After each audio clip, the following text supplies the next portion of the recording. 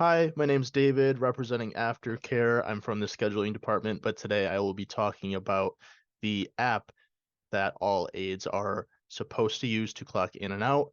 This will cover things such as how to use the app, features of the app, so on and so forth. So, without further ado, let's get into the basics. So, it's called Medsys. It's a digital charting app. We'll kind of expand upon that more later, but for simplification's sake, it's just so we kind of know where you're supposed to be. You're at your shift. You can download this app on the App Store if you use an iPhone or Google Play if you're an Android person. This is what it should look like. On the left here, you have this image. Those diamonds is what you look for. That's how I always tell everyone to look for it. Red diamond on the top, two blue ones on the bottom. Once you're all downloaded and good to go, whether you're downloading from home or, at the office while we're doing this presentation or you're watching this presentation, when you open it for the first time, you'll see that screen on the right, Medsys with the blue background. Upon opening it, depending on your device, it's going to ask you for your location. This is mandatory. Location must be set on. Now, it's not because we want to know where you are constantly. It's for the purpose of making sure you're clocking in at the client's home, making sure you're clocking out of the client's home. That's all we want to know. We want to make sure you're at the client's home when you're supposed to be. I don't want you guys to clock in halfway across the city, things like that. So it's a feature to make sure you're where you're supposed to be and to protect you. Failing to do so location wise will prevent you from using key features of the app, so you won't be able to clock in essentially. This is always changeable, so you don't need to worry about, oh, I didn't allow it at first. You can always fix it. Furthermore, after you allow location, it's going to ask you for a Medsys code. On the right, you'll see enter Medsys code. This is exactly what it appears as on screen. VIN1, capital V, lowercase I, N, the number 1. Going past that, it's going to ask you to log in. Now, this is dependent on you guys for a portion login. That'll be your first and last name. Sometimes it may differ. Sometimes people have numbers at the end. It just depends on your name. But for the most part, first and last name. Going back to account, exactly as you see on screen, Aftercare Nursing Services, plural, capital A at the beginning. The rest is all lowercase, no spaces. Copy that. You should have no issue. Log in again, your first and last name, all lower cases, no spaces. Password. This will change after your first login. So this is the initial login password. You use this one time. It's Aftercare 2021, capital A. The rest is all lowercase, no spaces. After logging in for the first time, there's a few things you need to do, so we'll cover those next. You'll need to provide a personal email. This is for one sole purpose, essentially. If you forget your password, you can reset it yourself by using this email. So, some people have multiple emails. Whatever one works best for you, whatever one you'll be able to access the easiest is what we recommend. How do I do that? Well, at the bottom, you'll see where the arrow is pointing. There's a forgot. When you click on forgot, it's going to ask you for your login and your email. Enter those two fields of information. It'll shoot a code to your email that you can go and retrieve and then re-enter into the app, allowing you to reset your password. You can do this as many times as you want, so it shouldn't be an issue. Again, there's the box, your login, Aftercare Nursing Services, as seen on screen. This will always be the company login. It will never change. If you forget, call the office. I have no problem talking to you about it. Login, first and last name, just like your login. Exactly the same. As we mentioned before, the verification code. This will send the code to your email. You return to the app, put it in, bam, you did it. You can reset your password. Um, so after you do all that, you put your email in. We kind of went through that forgot process. It's going to ask you for your own personal password. Make this something simple, make it as intricate as you want. As long as you remember, that's all that matters. So again, initial login, Aftercare 2021, second login, third login, however many logins in the future, your own personal password that you set.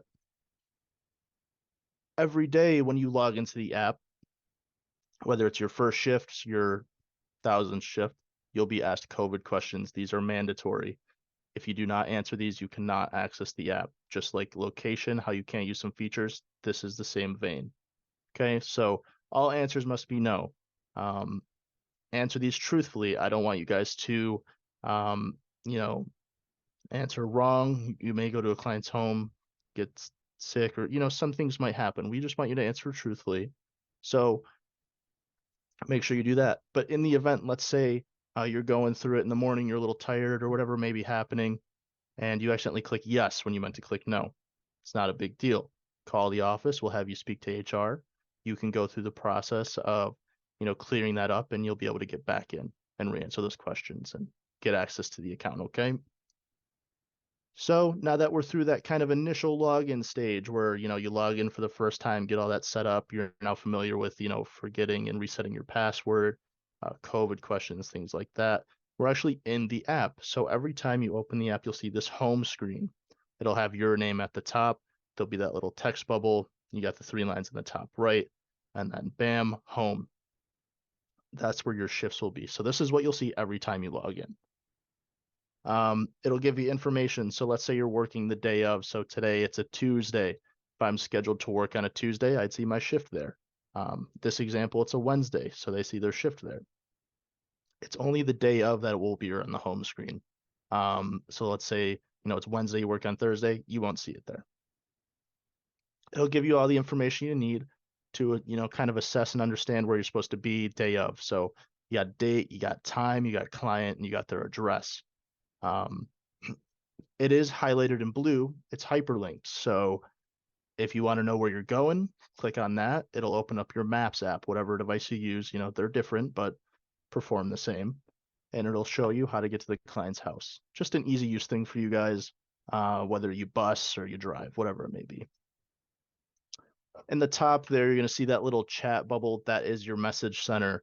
The primary use for this is for our COO, Michelle, to get in touch with you guys and tell you about mandatory in-services. These mostly come in forms of videos that you will have to watch. So it's not something you'll see all the time, but keep an eye on it. You see, a number pop up next to it in red. It's your sign to watch something. Drop down menu, top right. This is your main navigation tool. You can go back home. You can see the clients you work, chat center, schedule, things like that. So we'll cover each of those one by one and kind of break them down. So we'll go to schedules first. This is arguably the most important. You can see your schedule for the next 7 days. So if it's a Monday, you can see the next Monday, Tuesday, see the next Tuesday, so on and so forth. It will only go out to 7 days. You can't see past it. So don't freak out if you're like, I'm scheduled to work all these shifts. Where are my shifts? Just can't see them yet. If you want to know what you're scheduled for, call up scheduling. We'll go over everything with you. Shouldn't be an issue. There's also an option to see previous schedules. I highly recommend you use this. It will save you a lot of time, a lot of headaches. We'll go over some of the uses and why it can save headaches a little on, but previous schedules, it allows you to see what you've worked. So if you want to kind of get an idea of how many hours you work so you can see what your paycheck's going to look like, perfect use for the previous schedules tool. It also allows you to see maybe you didn't clock out, maybe you didn't clock in, you forgot to submit a timesheet. It will be a great indicator for you guys to know if you need to submit that timesheet, you missed that clock out, whatever it is, so that you can get that fixed so you get your full hours of the week. Like I said, these discrepancies, if you notice them, call us. We don't want you to, notice them, forget about it. Make sure you call us as soon as you see them so they can get addressed and we can get everything properly aligned. So like I mentioned, a timesheet, make sure you submit that. You'll get paid for the shift still. Like I mentioned, the importance of this, I don't want you guys to underestimate this because it will save a lot of headaches. It'll allow you to see the shifts that you previously worked, and it'll allow you to get your idea for the total hours of that week. In the process of reviewing the hours, again, make sure if you notice a discrepancy to call the office. All right, so now that we're kind of done with that, the clock in process. So we're on our first scheduled shifts. Congratulations. We go to our shift at the scheduled time. So this shift, for example, starts at 8. I want you guys to be there at 8. I understand things happen. Let us know. Communication's the number one most important thing between us. Okay. So let's say you get to the shifts, you click on that box there, it'll bring up this clock in screen. This is essentially where everything's going to happen. Nothing else will happen outside of this. So as you can see, when you open the screen, there's a big green button. That's your clock in button. Now, I want you guys to know that clocking in and logging in are different. Logging in is what we did in the beginning. Clocking in is what we're doing now. So logging in is your account login password. Clocking in is simply clicking this green button and making sure that your location is on to clock in. So let's cover what clocking in is in detail so there's no confusion when you get to your first shift. Clocking in means that you're starting your scheduled shift for that day. So in this example, again, we're starting at 8. I clock in. I'm starting my time on the clock. I'm starting to get paid. I'm at my shift. You can only clock in when you're scheduled to work. I know that sounds pretty self-explanatory, but it will not let you clock in if you're not scheduled to work. Clicking on the green button will simply clock you in. It's as simple as that. Open the app, log in, go to your shift, press the green button. That's it. You clocked in. Now, some importances of clocking in, this geofence. For simplicity's sake, a geofence is an imaginary fence around the client's home. It allows us to know that you're inside of that fence when you clock in and you're at the client's home. You have to be within that radius. If you're not within that radius, it will not allow you to clock in. Okay. The coordinates of your clock ins are saved to the exact location of your punches. So you clock in at the client's home, I'll see that you're at the client's home. But like I mentioned earlier on, if you clock in from home, I'll notice that. And we'll have to kind of talk about that because that is not allowed. Okay. And like I mentioned earlier, if you are not on the premises, you cannot clock in. All right. And let's say that does happen. So there are instances where you may not be on the client's premises when you're going to clock in. You might be at the hospital because you're relieving another aide at an appointment. Things do come up where these scenarios occur. There will be a drop-down menu. So let's say you get to a client's home and they're getting in transportation to go shopping. Choose a shopping option. Same with, they have an appointment or whatever it may be. Choose the applicable option. Again, I don't want to see you guys choosing these options when you're not with the client's home, or not at the client's home rather, because that can cause issues like I mentioned before. Okay, so this is kind of what we just covered, If you're meeting the client at the hospital, medical appointment, you can still clock in using these options. Just make sure you select the correct one and enter an additional comment. Secondary note, some clients' geofences are broken. They're in the process of being repaired, but when you get there, it may say you're outside a radius, even though you're standing right next to the client in their home. For this, call us, let us know, choose the error option and click or write something along the lines of in client's apartment, error with client, something like that, just so we know.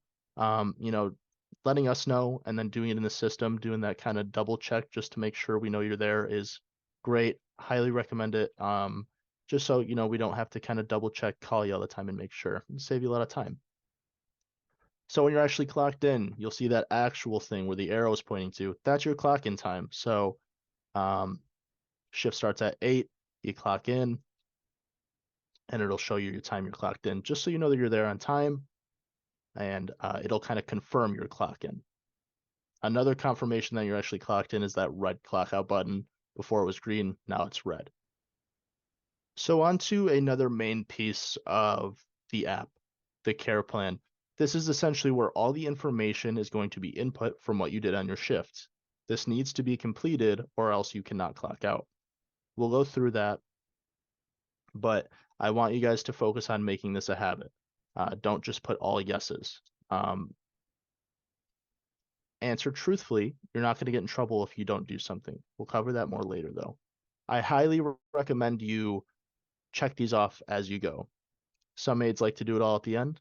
That's up to you. I just think it's a good idea if, you help the client with the shower. Go in the app, help them shower. It simplifies it, saves you time at the end so you don't have to rush.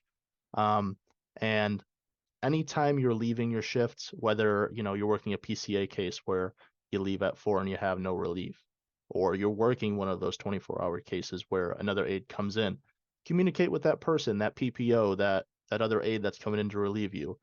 Let them know what's done, let them know what needs to be done, things like that. Communication's a big role in this line of work. So letting people know those things is very helpful. So when you're answering these questions, did you help them shower? Did you help them with personal care such as mouth care? Those things. Answer them truthfully, like I said, but when you choose yes, there is no additional response that's needed. You can add notes later on if you feel like you need to, but yes answers don't require any additional supporting information, okay? On the other hand, no selections will ask you for more information, such as why was the task not completed? Now, I want to make this very clear. You're not in trouble for choosing no. Things come up where you can't do things. It's okay to not complete things. You can choose no. It's an option for a reason. Answer truthfully, and it's okay.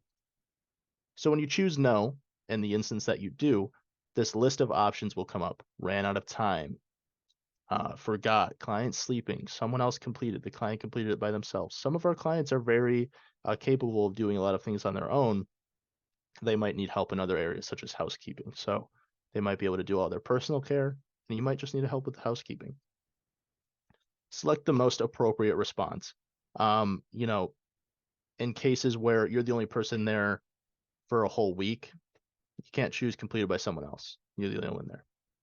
Doesn't make sense, right? So just choose what is the most appropriate for the scenario, okay? And then same with completed by someone else. If you're on a waiver case, right, and you're relieving an aide who did the overnight, and one of your things is laundry, well, you can't do the laundry. Someone else already did it. So just say that someone else already did it. It acknowledges that it was finished. It kind of confirms what they put. So it's all, a chain of communication. Some clients don't want you to do certain things. So let's say, for example, it says to shower or bathe the client, and they don't want to shower or bathe today. You can't force them to do something they don't want to do. So you simply select the refuse option. You go to the drop down, you click client refuse to double check that input, and that's it. You don't need any further information. Simply put that and you move on. Okay. Another big piece of information, and I know that Marlene is going to be coming in and kind of covering this again, but we'll cover it here as well. Milestones. These will be part of care plans. If they're not in a client's care plan, they don't have milestones. If they do, these must be completed. If these are left blank on a care plan, you will not be able to clock out.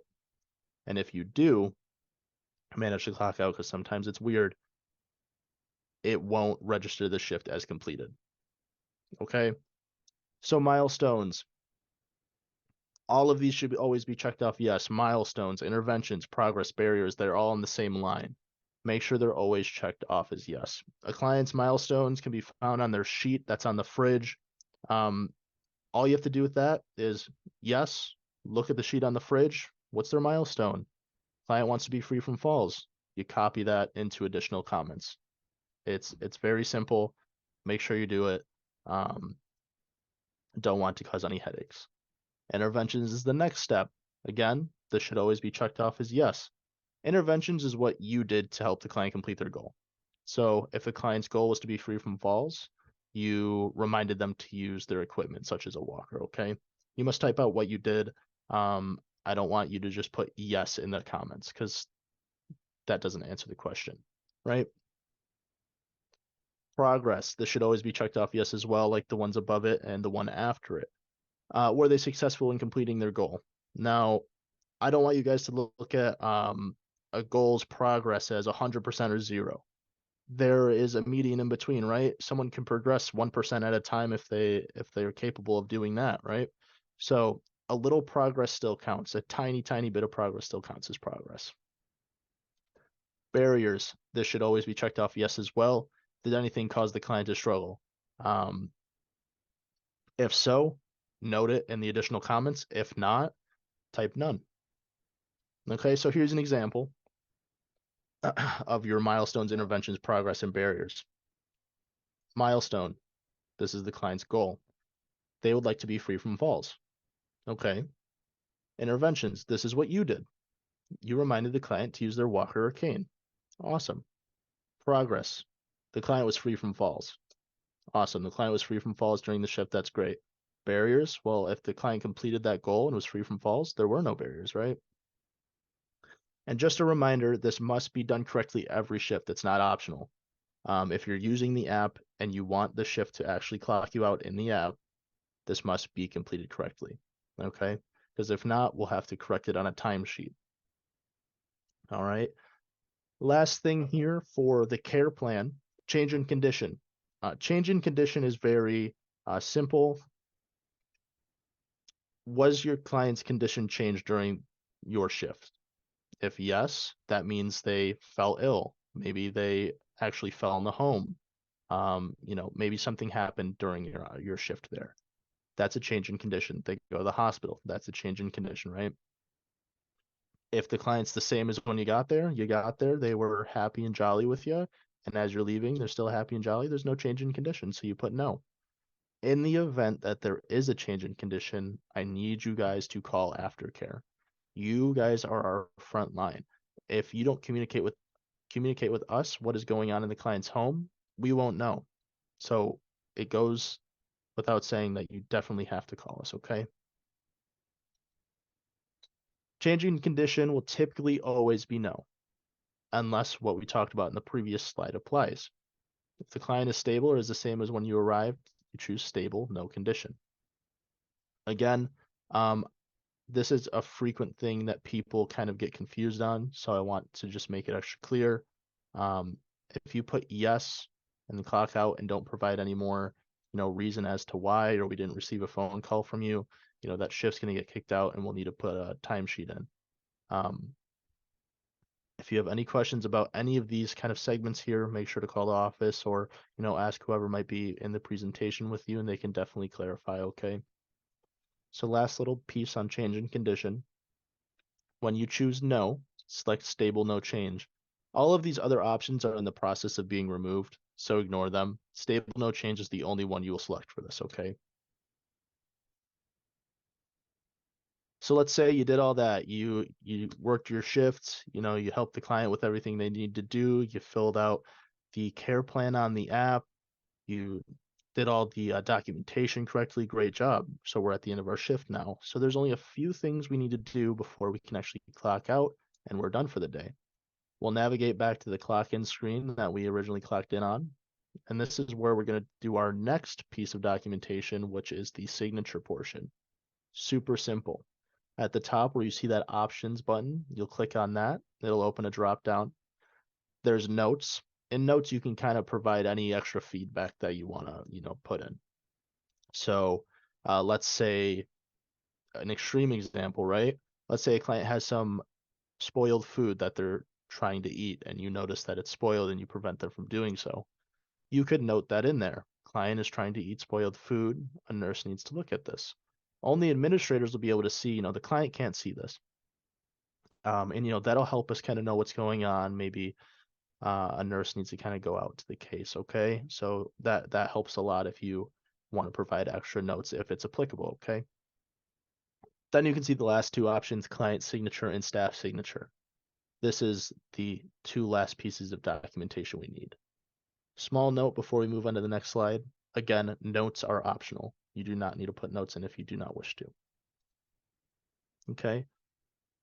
So by clicking on the client signature and staff signature, it'll open up little sign boxes that you'll see in a moment here. They'll be on the next slide. But in the event that a client declines to provide a signature, you can always have someone else sign. So let's say you're on a waiver case where you get relieved.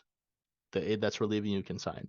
Let's say there's a PPO such as, a mother, a brother, a son, whatever it may be, they can sign as well, okay? If no one is there to sign for you, it's just the client, they have no PPO, it's a non-relief case, whatever it may be, just leave it blank. Never sign for the client. I don't want you guys to have to get in trouble for, signing for the client. Just let us know and we'll take care of it. It's not nothing that can't be fixed with a little bit of communication between us. So here's the image I was talking about previous, the client signature. The client signature is any marking they're capable of doing. So it's not a full-blown signature. If they can only put a dot, that's fine. If they can do a little smiley face and that's what they want to do, that's fine as well. It's anything they complete on their own, okay? Staff signature. This is you guys. Staff signatures must be a full signature. You guys can't do the little smiley face as much as you might want to. Initials do not count for a staff signature. It has to be your full signature, guys, okay? Once you've completed all the tasks, did those milestones correctly, did the change in condition correctly, you got those signatures, you did everything all good, you can go ahead and click the clock out button. I highly recommend double checking everything that you've done before you go ahead and hit that clock out button. But if you don't, that's okay. It will remind you. Once you clock out, it's going to ask you again, are you sure you want to clock out? Are you sure you want to stop the clock? This is the end of your pay period. So as soon as that's done, that's stopping the clock for your shift. This serves as your clock out time. Okay, so it'll be updated in the actual thing again. So where that actual line is, your clock out time is now going to be reflected there instead of your clock in time. All right. So if you clocked out successfully, this is what you should see on the screen on the right. Signatures captured at the bottom there in green. That means the signatures that you recorded via yourself and the client saved properly. So that's great. If you see an error message, this is what I was talking about a little bit before. It means something's wrong. Whether you didn't get the signature, you didn't complete one of the tasks, you didn't submit a response for it. Your barriers might have been done wrong. Something. You can go back. There's no thing that will prevent you from going back, making sure everything's done correctly, okay? Like I mentioned previous, double check, save you time.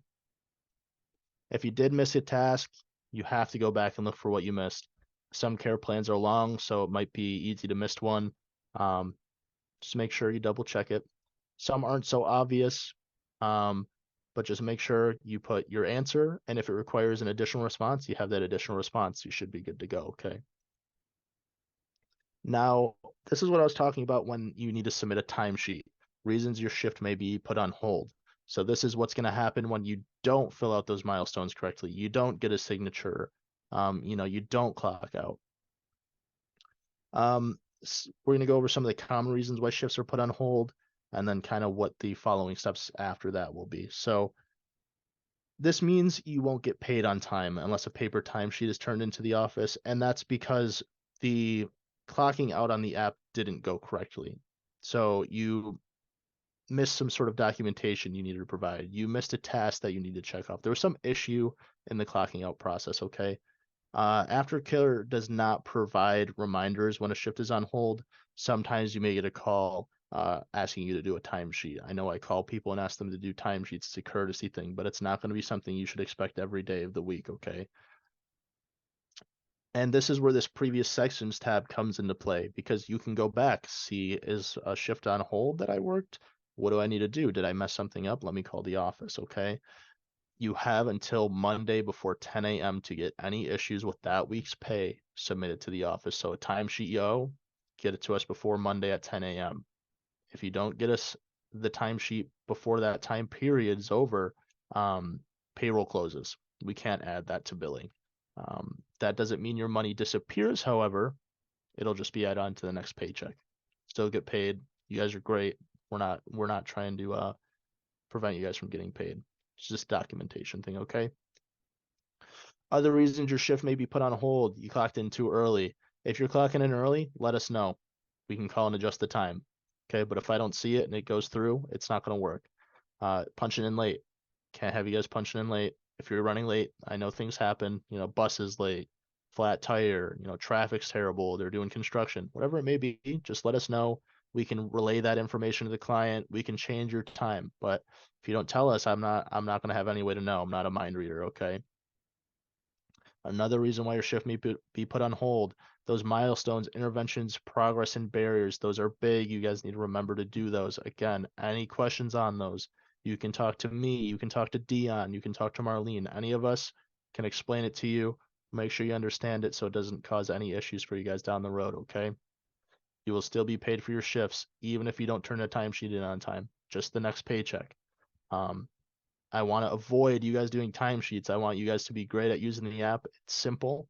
It's more easy than filling out a timesheet, dropping it off in person. It saves a bunch of time, bunch of hassle. So I want you guys to make sure you know how to use it. Now, for whatever reason, the app isn't working. I know today we had a huge thing with the app not working. It was down for maintenance. There was an update going through, so no one can use the app. This is your alternative, this 1855 number. This allows you to clock in, but you still have to do a timesheet. You must clock in from the client's phone. You can't use your cell phone. It has to be the client's phone, okay? Um, Now you may be asking, well, why do I have to do this if I still have to submit a timesheet? This is so we know you're there. That's why you have to use the client's phone. You're calling from the client's phone, clocking in. We know you're there, okay? When you call this number, it's going to ask for two pieces of information. One, your client's ID number, along with your own ID number. Your ID number is on your badge. Theirs can be located on the care plan. If you don't have those pieces of information, I can provide them to you. A scheduler can provide them to you. But once you enter those, it'll clock you in just like the app, okay? Any questions, make sure to call the office. That's the office phone number. The office phone number is not the number I'll be calling you from. If you want to speak to anyone, HR, payroll, you want to talk to investigation, staffing, call that number. It's a directory. It'll take you to a directory in which you can select whoever you want to speak to, okay? All right, this is a note from scheduling from my boss. I'd like to remind you guys that any shifts you pick up are your responsibility once you agree to take them. We like to remind you guys of the address, make sure it works for you. So anytime, I'm calling you, hey, so and so, you want to take this shift? Remember to check the address. I'll always urge you to check the address to make sure it works for you. If the time doesn't work for you, you're like, I have an appointment. I don't know if I'll be able to make it in time. I don't want you guys to take the shift to make me happy or whatever the case may be. I want it to work for you guys. I want your guys' schedule to, be as easy as they can be. Okay, so like demonstrated earlier in this presentation, there are ways of reminding yourself of your schedule. You have the option of calling us in staffing and, saying, hey, can you just kind of go over my schedule for the week? I forgot. You can write it down. You have the app. The app's a big tool, right? You can check that schedule thing for the next 7 days to remind yourself what you're working. And this goes for the same with discrepancies. Hey, I thought I was supposed to work at this time or, whatever it may be. Let us know. Okay, so that's it. Like I said, if you have any questions, call us at the office. I'm sure someone can help you. And I look forward to talking to you guys. Thank you.